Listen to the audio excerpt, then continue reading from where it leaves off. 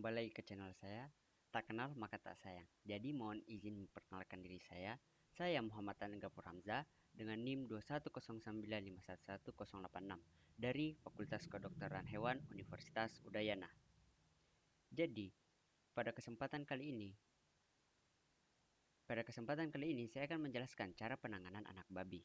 Nah, video ini ditujukan untuk semuanya. Yang terpenting untuk pemenuhan tugas manajemen kesehatan babi dengan dosen pengampu Prof. Dr. Hewan Inengah Kertabesung MSc. Nah, pasti kalian bertanya, apa itu ternak babi?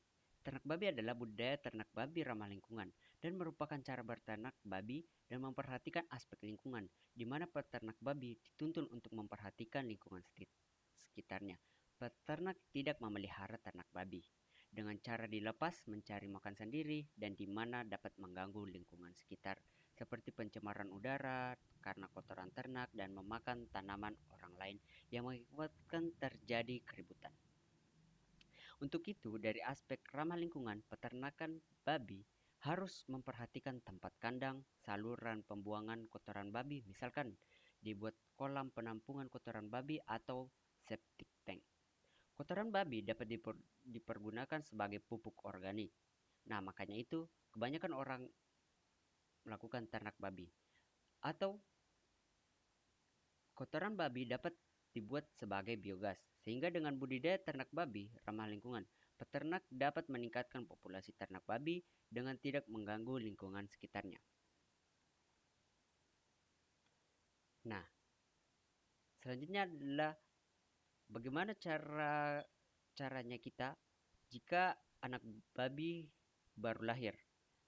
Yang pertama kita melakukan mengeringkan anak babi tersebut. Karena jika anak babi yang baru lahir akan basah karena baru keluar dari indukannya.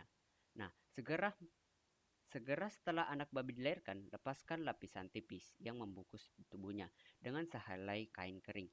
Dengan demikian anak babi menjadi kering dan mencegah dari kedinginan.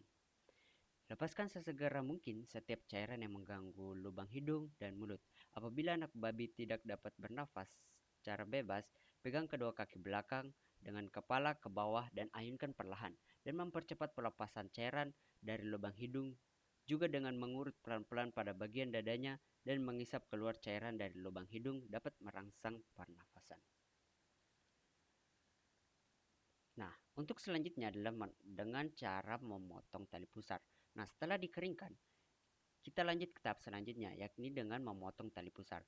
Memotong tali pusar adalah organ yang sangat penting dalam pertumbuhan dan perkembangan fetus selama kebuntingan, tetapi suatu bagian tidak diperlukan dan merupakan daerah berbahaya untuk masuknya infeksi setelah anak babi lahir. Dengan demikian, tali pusar harus dipotong dengan cara sederhana. Selanjutnya adalah dengan memotong gigi. Setelah kita masuk dengan tahap ketiga, setelah mengeringkan anak babi, memotong tali pusar, nah selanjutnya adalah memotong gigi. Anak babi yang baru lahir dengan 4 pasang gigi atau di depan gigi tajam, 2 pasang tiap rahang disebut gigi hitam, gigi jarum, dan gigi serigala. Meskipun gigi tersebut cukup penting pada anak babi, namun gigi tersebut harus dipotong karena lebih banyak menimbulkan kerugian daripada keuntungan bagi peternak. Alasan mengapa dilakukan pemotongan gigi adalah sebagai berikut.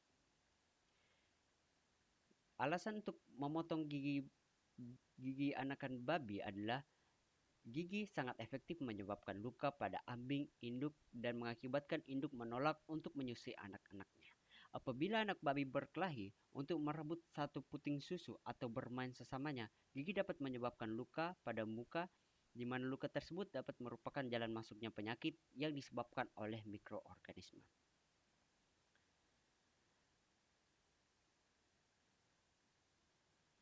Selanjutnya adalah memotong ekor. Menggigit ekor adalah suatu masalah yang sering dihampiri semua peternakan babi.